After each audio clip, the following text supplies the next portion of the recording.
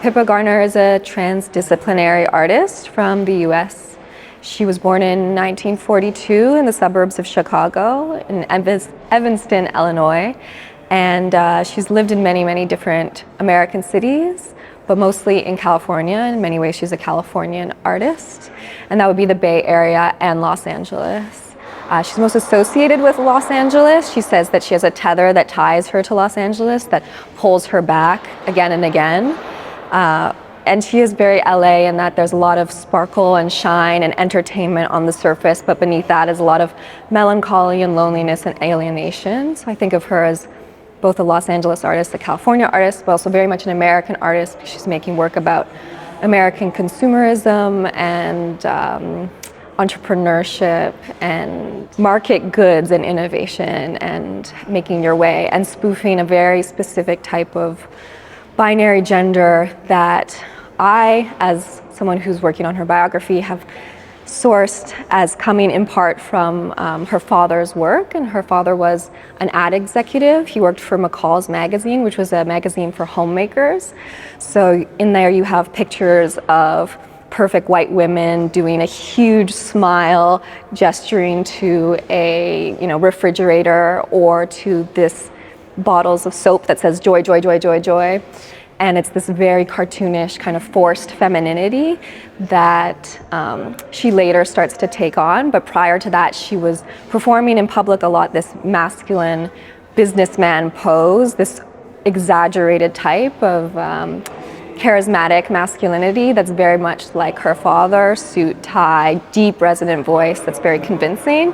So her first time in Los Angeles, she's going to study at the Art Center, which was a very prestigious school for automobile design, and this was something that was imagined to a good job for her because she was very artistic. And at the time, of course, she was living as a man, and this was a very manly field to do automobile design, but she swiftly dropped out. She thought it was boring. And then she went to a bunch of different colleges and dropped out of one after another or got kicked out of them for poor performance. So in a very short period of time, she studies technical drawing and design, she studies life drawing. She is working at one point in a assembly line in Detroit. So her family eventually moved to Detroit, which is an automobile capital. And this is, as Detroit is moving from a previous prosperous factory center of car manufacturing in America, and then it's going to move abroad. And so she's there at this moment where it's still kind of prosperous, but it's going to change. And a lot of her work is about these changes, what the automobile did to culture, what it did to the environment. And in her own work, she made a lot of car art, and you see that in this exhibit here.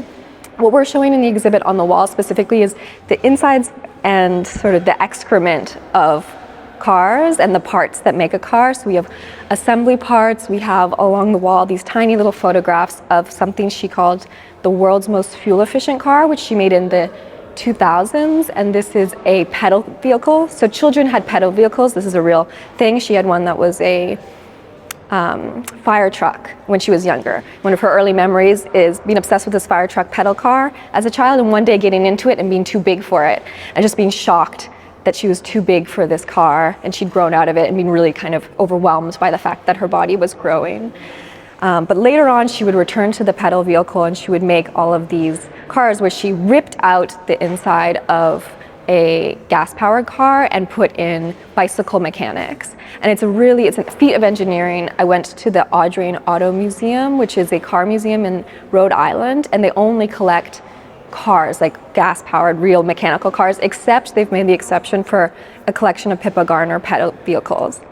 And they have 4 of them in their collection, and it's really remarkable. And all the gearheads are really excited, actually, about the fact that they have these pedal vehicles amongst other cars.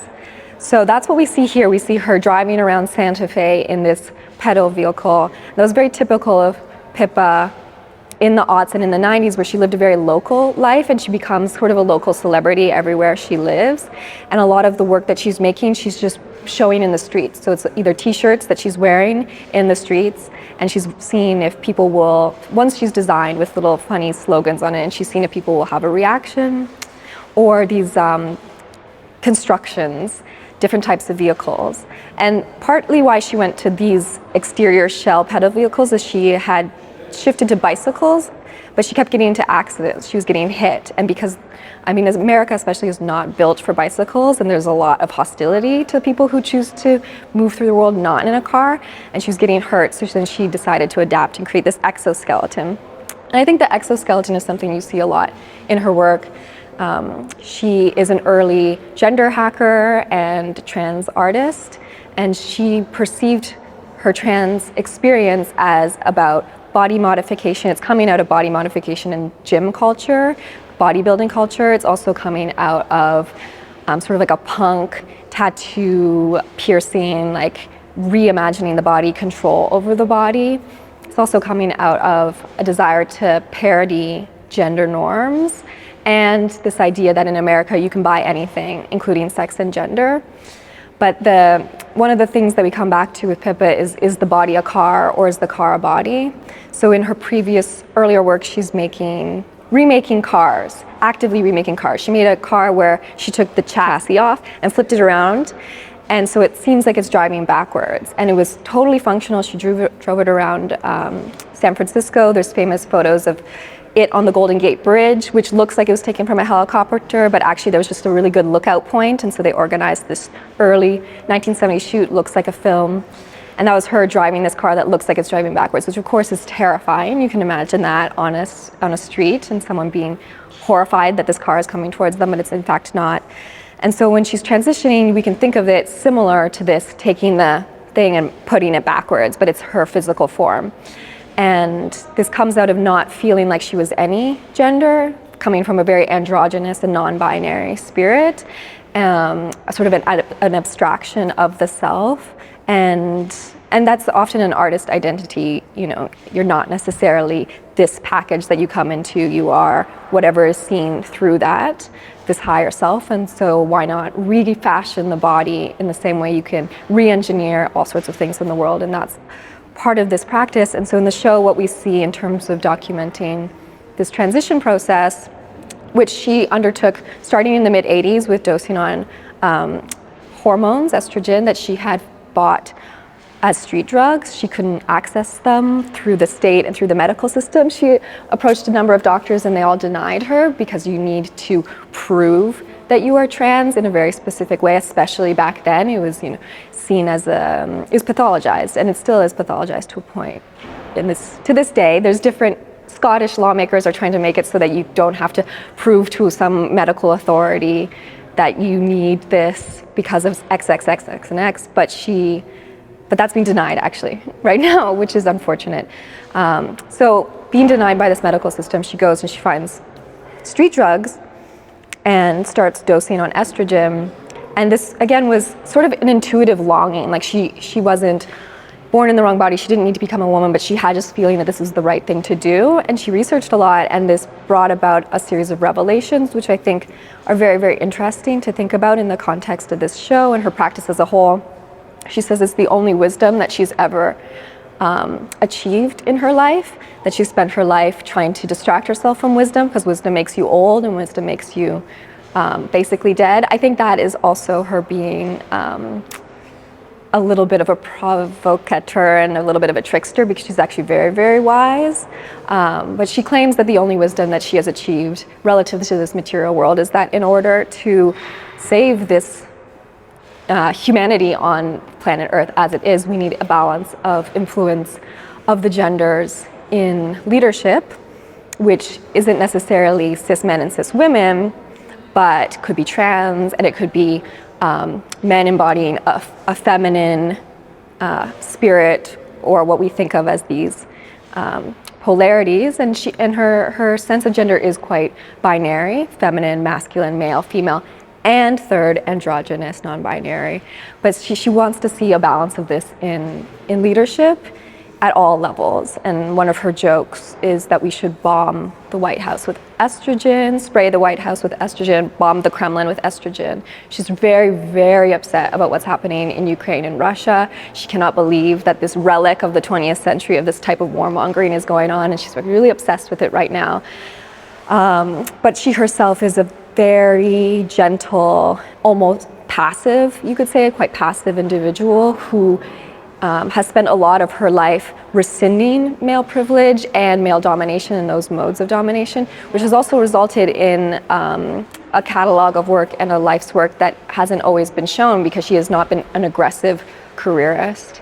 And part of, I think, the responsibility of taking on this work is if someone is going to rescind domination and success in the ways that it is achieved in the norms of society, Western society, American society is, that might mean that you're never seen because you're deciding that this system is corrupt and you're not going to participate in it.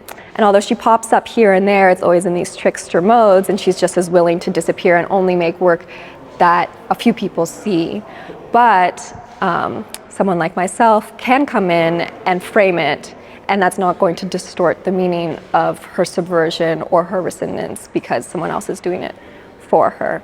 I don't know if that makes sense, but I think of it that way, that there's a responsibility to show what hasn't been shown and to ask questions about why it hasn't been shown and how to show it at this stage when we're talking about a body of work and a person who's been making work for over 5 decades now. I mean, that's the interesting thing about Pippa's work is that there's so many access points, and I can be talking to these people from the Audrey and Otto Museum, and they have this whole specific interaction with it, and then I can come at it from an intersectional feminist and queer historian perspective and literary perspective and see all of this wordplay and language play and gender. And so the nice thing about this specific exhibition is that we're getting multiple perspectives also in the curation, which means that it can hold a lot of these different modalities that Pippa engages with, and that might feel disorienting when you're in here, and I think the tables, the fact that they spin kind of shows that this disorientation because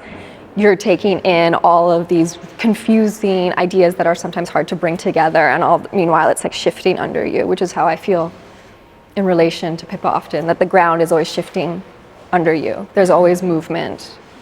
It's never still.